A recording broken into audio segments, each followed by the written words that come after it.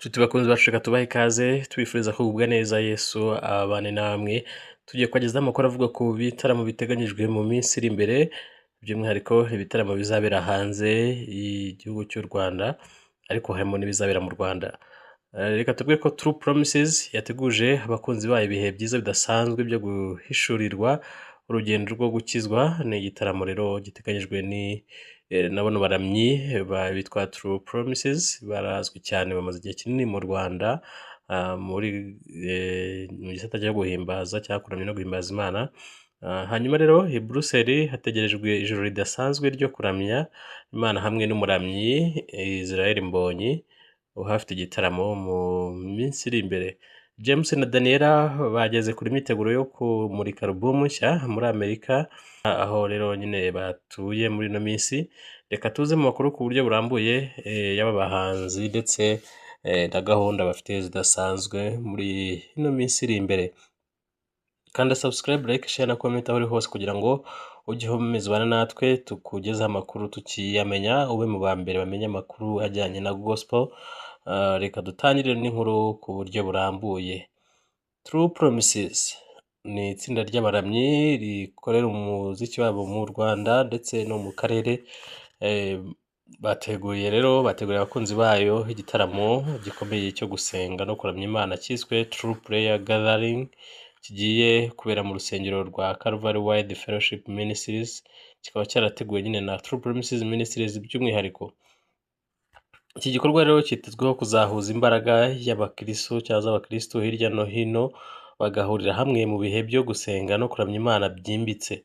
Nk'uko bigaragara ku makuru yatangajwe n'abateguye iki gikorwa, True Prayer Gathering izaba ku cyumweru tariki 29 z'ukwezi kwa gatatu guhera saa 9 z'amanywa kugeza saa 2 z'ijoro. Mu gihe rero cyo kuvugurura ngo ni igihe cyo kuvugurura ukwizera, ni igiterane cy'amashengesho kigiye kubera i Kigali. Igihe cyateganyijwe rero kirimo amasengesho no kuramya no guhimbaza Imana ndetse n'inyigisho zijyanye n'ijambo ry'Imana. Insanganyamatsiko y'iki gitaramo ishingiye ku ijambo riboneka muri Bibiliya mu butumwa bwiza uko bwanditswe na Yohana, igice cya 4 umurongo wa 14, rivuga ku mazi y'ubugingo atangwa na Yesu, aho uzayanywa atazongera kugira inyota ukundi. Iyi nsanganyamatsiko igamije gushishikariza abantu gushaka Imana byimazeyo. Ni uburyo gushaka Imana byimazeyo, hanyuma bamara kwishaka byimazeyo bakakira ubugingo buhoraho. Muri iki gitaramo rero hazaba harimo n'umwigishwa w'ijambo ari we Pasiteri Habimana Didier, uzaba ari umuvugabutumwa bwiza. Biteganyijwe ko azatanga ubutumwa bwihariye buzafasha abitabiriye kwegera Imana no gusobanukirwa neza imbaraga z'isengesho nyakuri. Itsinda rya Gisubizo Ministries rizwiho kuramya no guhimbaza Imana mu buryo bukomeye, rikaba rizafasha mu kuyobora abitabiriye mu mwuka wo kuramya. Abahanzi n'abaramyi batandukanye nabo bazitabira iki gikorwa, bityo kikazaba umwanya mwiza wo kwegerana n'Imana no guhindura ubuzima.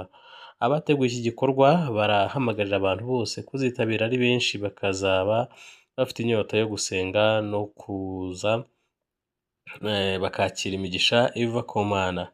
Ngo bizeye ko kandi True Prayer Gathering izaba igikorwa kizahindura ubuzima bwa benshi, ikaba intambwe ikomeye mu kongera imbaraga z'ukwizera ndetse no kwegera Imana. Rero abantu batandukanye by'umwihariko abakristo n'abandi bantu bakunda indirimbo zo kuramya no guhimbaza Imana ntabwo bakwiye kuhabura kugira ngo bagubwe neza. Bizabera nyine i Kigali nk'uko mwabyumvise muri rya torero twavuze haruguru ryitwa Calvary Wide Fellowship Ministries.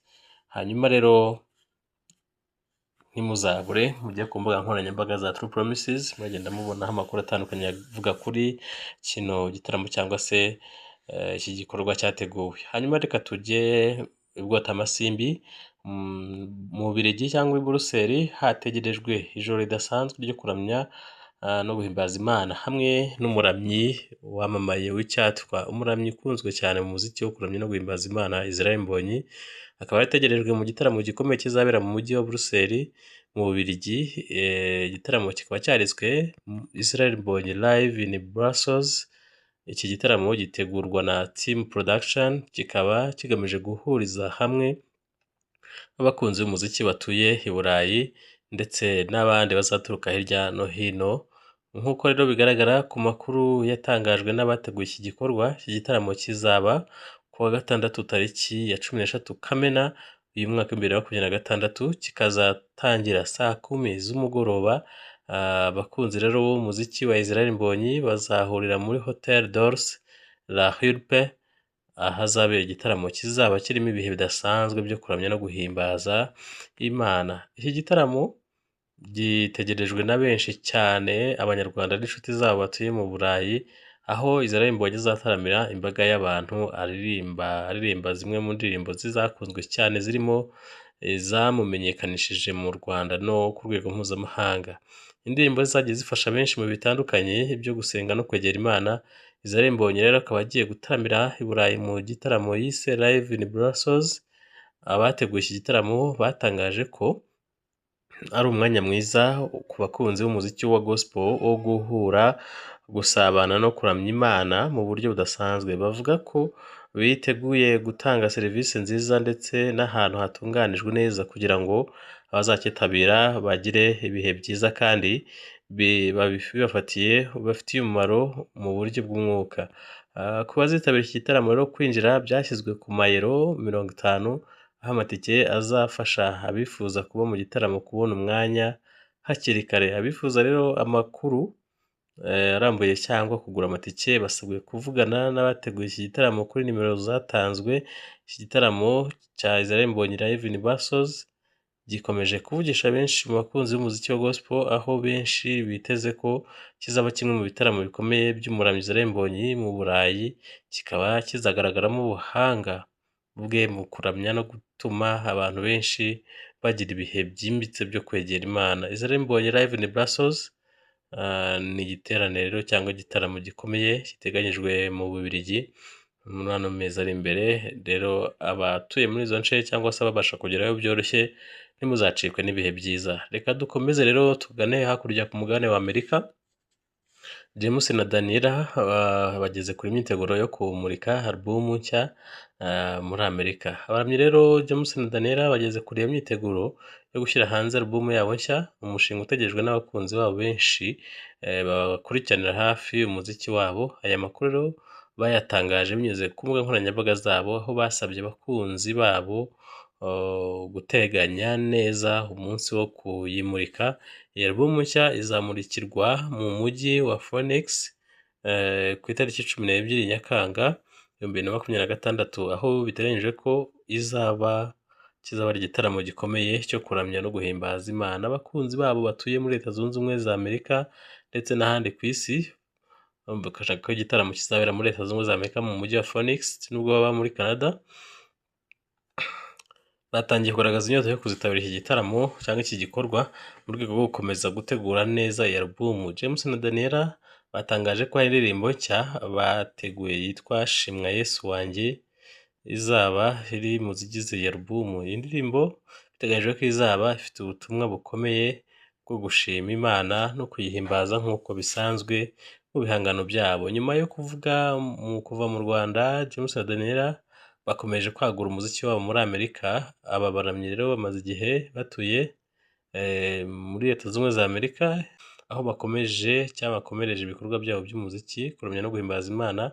Nubwo rero bavuye mu Rwanda, ntibigeze bahagarika umurimo wo kuramya no guhimbaza Imana, bamaze ubutumwa bwiza binyuze mu ndirimbo zabo. Mu myaka ishize, James na Daniela bagiye bagaragaza ubuhanga n'umwihariko ukomeye mu bihangano byabo, ibintu byatumye bagira abakunzi benshi bitandukanye cyangwa se batandukanye bo ku isi cyangwa mu bice bitandukanye byo ku isi. Shimwa Yesu wanjye rero ni indirimbo nshya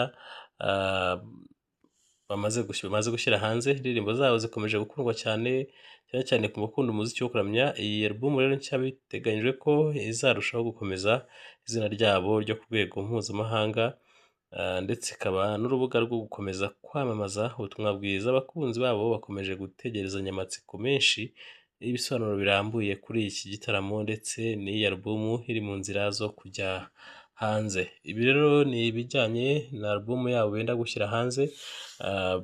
Tubashishikariza kuba abari hafi muri Leta Zunze Ubumwe za Amerika cyangwa se n'ahandi hafi babasha kuhagera byoroshye, kuguma gushyigikira abahanzi baririmba gospel, yaba ari abari hanze y'u Rwanda, abakorera ibitaramo hanze y'u Rwanda, ndetse n'abari mu Rwanda cyangwa mu karere duherereyemo. Kubashyigikira ni byiza cyane, bituma bagira imbaraga zo gukora cyane, bakaduhimbira ibihangano by'umwuka bidufasha kwegera Imana cyane cyane turi muri ibi bihe nyine byo mu minsi igoye, iminsi benshi badatinya kwita ko ari iminsi y'imperuka, ariko kandi gusenga Imana dukwiye kubikora kurushaho uko iminsi y'imperuka yegereza. Reka tubashimire ko mwabanye natwe, kanda subscribe, like, share na comment kugira ngo tujye tukugezaho amakuru y'ivugwa hirya no hino ubimenye mu ba mbere. Nyiri Channel, Imana ibahe umugisha.